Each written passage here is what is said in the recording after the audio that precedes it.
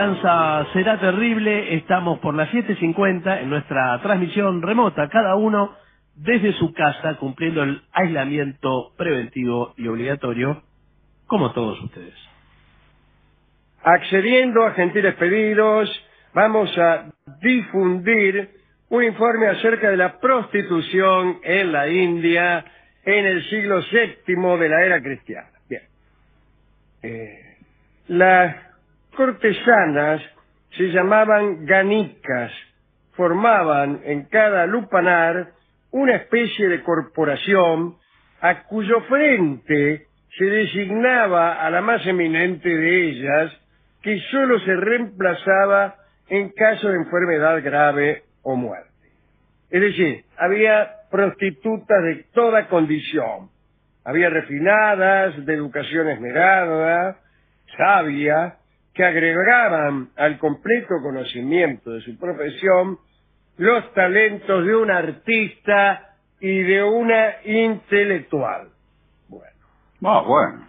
El caso es que todas estaban sometidas al control de un superintendente real, una especie de caficio estatal que estaba afectado a su protección.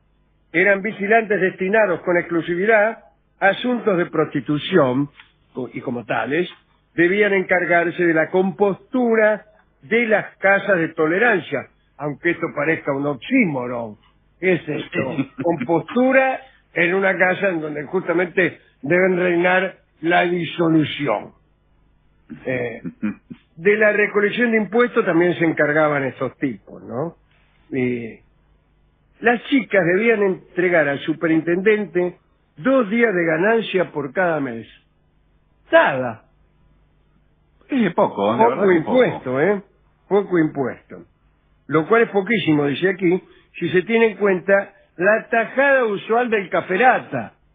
Claro. Que llega casi siempre por encima del 50, ¿eh? Cuidado. Sí. ¿Ah, sí? Las prostitutas más encumbradas, las más bellas, debían pagar a profesores y entrenadores encargados de perfeccionar su educación intelectual y amorosa, que para mí es la misma cosa. Estos entrenadores eran alentados por el Estado. Es decir, cada tanto lo llamaba un funcionario y le decía, dale, macho. Por aquellos tiempos se consideraba a la prostitución como un engranaje indispensable de la sociedad. Fuera de las casas de tolerancia, las prostitutas tomaban parte en excursiones, arrastraban a los jóvenes de buena familia. Bueno, debía ser un espectáculo digno de verse. Será una manera de decir, los arrastraban. Sí. Esperemos que sea. Querrá decir que los llevaban a los jardines, a las grutas, para demostrarles su estimación. No que los agarraban de un pie y los... No. Se alquilaban también prostitutas como bailarinas o músicas en las reuniones privadas y aún en las recepciones que se daban con motivo del nacimiento de un hijo, etc. Otras prostitutas estaban directamente afectadas a templos. Entre las cortesanas sagradas, es decir, las que estaban al servicio de los templos, podemos citar a las que vivían en la ciudad de Betsali y en el templo de aquel lugar. Solo podían acercarse estas chicas a los hombres a través de sus cantos, de sus canciones, quiero decir. Sí, claro, sí. En ninguna conversación podían olvidar sus melodías y una palabra sin música podía llevarlas al mayor de los desprecios.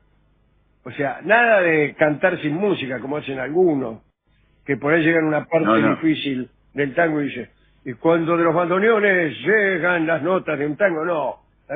Y cuando los bandoneones... Cantaba todo con su melodía. Cuando morían, sus cuerpos eran quemados y sus cenizas lanzadas al viento. Sus hijos, si es que los tenían, naturalmente, ¿no? Si es que no lo tenían, no podían acceder a ninguna de las castas, ya que no tenían derecho alguno a reclamar un padre.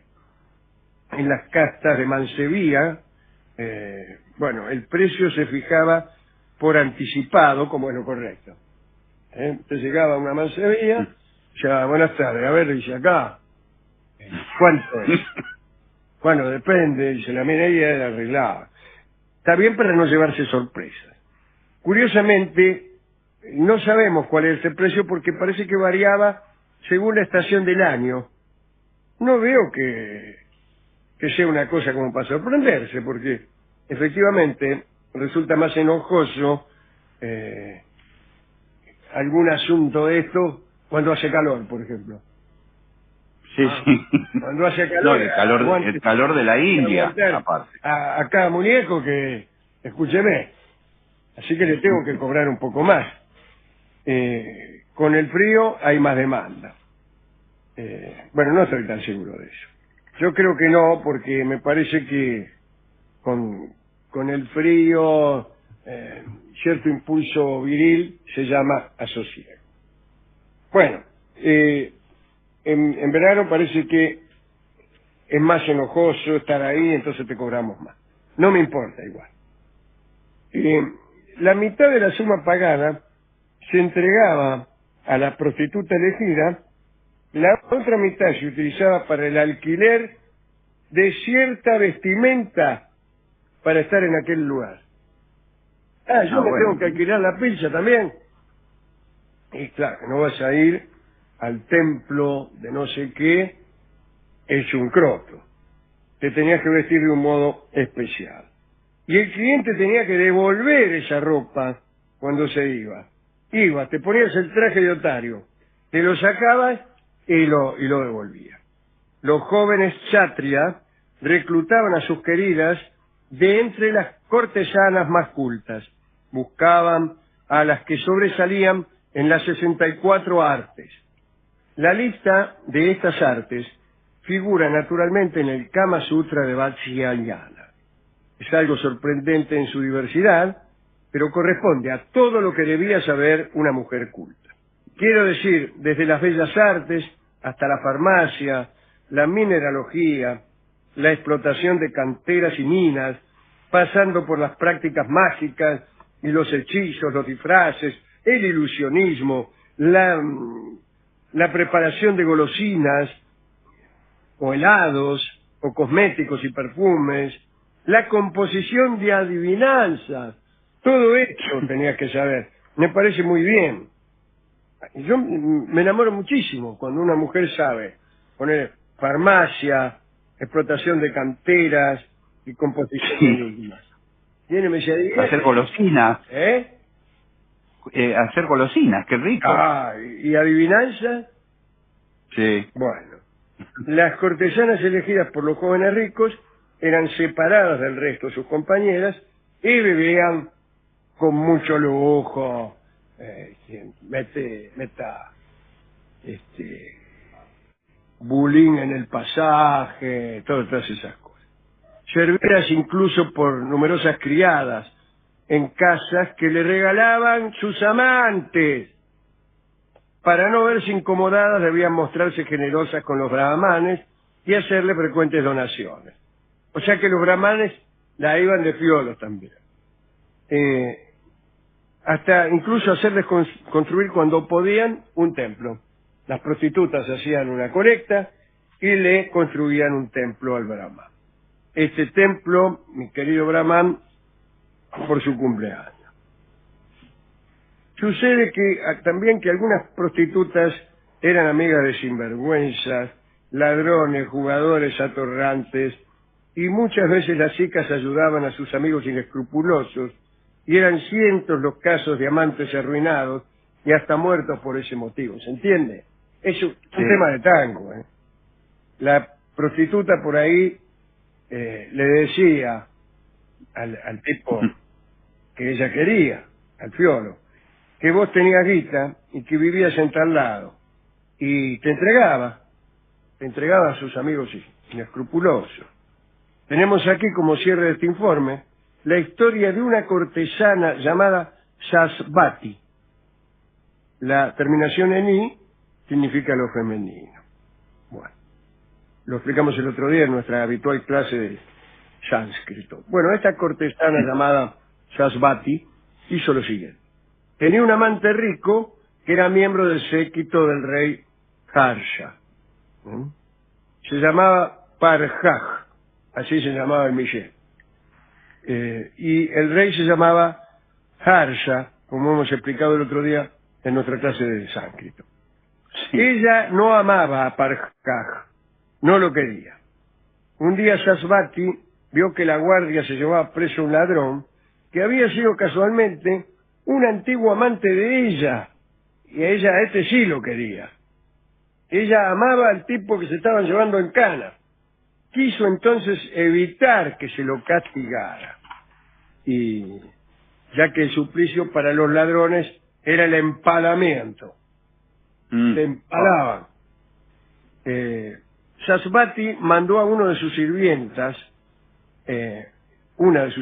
a casa del jefe de la guardia con la intención de corrompérmelo. Andá, dice, a corromperme al tipo.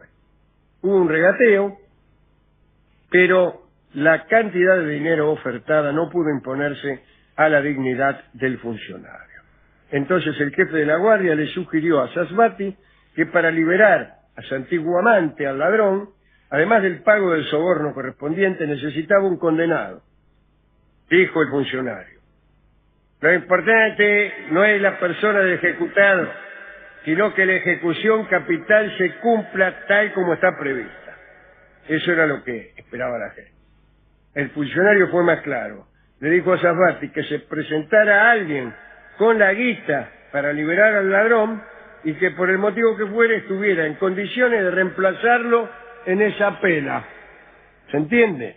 Mandame uno con la guita y ese mismo que me mandás lo agarro y lo ejecuto, dijo el jefe de la guardia. En verdad el jefe no creía que nadie fuera capaz de presentarse como sustituto, pero Sasvati lo utilizó a Parjaj, el amante rico, al que ella no quería. En realidad, basó su estratagema en la omisión de detalles, que es la forma más usual de mentir. Cuando Parjaj fue a visitarla, como hacía cada tanto, la encontró llorando y poco dispuesta a las uniones venéreas. Entonces Parjaj, desesperado, preguntó: ¿qué te entristece? Y Sasvati respondió que la guardia había atrapado a su hermano. Mentira, no era el hermano, era el amante. No lo saca. Bueno, y que iba a ser empalado redondamente. Bueno, Parjaj, que ignoraba la existencia de un hermano, pero lo único que quería era poder disfrutar de su querida, escuchó lo que ella le pidió. Él mismo tenía que acercarse a un funcionario con gran parte de sus riquezas para conseguir la libertad del preso. Parjaj aceptó hacerlo. Y allí fue el pobre tipo.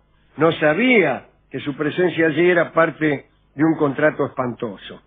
Cuando entregó la guita y el ladrón fue liberado, él quedó preso. Lo llevaron inmediatamente al lugar del suplicio y se cumplió con la ejecución. Nadie, aparte del verdugo, pudo oír las protestas y los gritos del amante traicionado, el pobre Parjaj. El cronista cuenta que la cortesana Sasvati cayó víctima del bandido al que había salvado. Aquel hombre la abandonó y la dejó sin una moneda.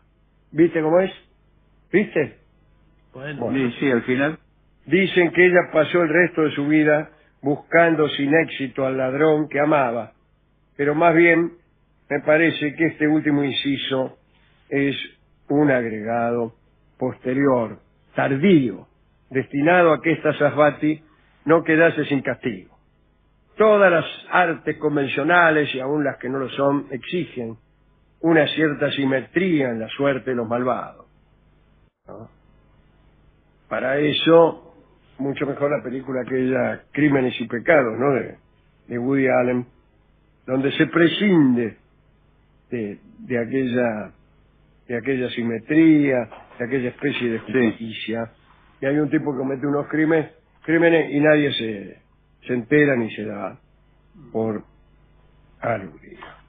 Bueno, aquí me gustaría dedicar esta charla a las cortesanas de la India, especialmente aquellas que se ejercitaban en disciplinas como la explotación de canteras, la farmacia, mineralogía, preparación de helados, golosinas y la composición de adivinanzas, ¿no? Componer enigmas no es una pequeña cosa cuando el amor decae. Usted se está poniendo aburrida la cosa y empieza. ¿Qué es esto? Adivina qué le dijo el panadero al lechero, qué sé yo. Hemos pensado durante un largo rato con qué composición musical podríamos ilustrar esta charla acerca de las prostitutas de la India. Escucharemos al cuarteto de saxofones danés interpretando un tema de Astor Piazzolla que se llama Burdel 1900, la composición que ha sido hecha pensando justamente en las cortesanas de la India en el siglo VI después de Cristo. No creo que sea eso. Es evidentemente así. No. Adelante, por favor.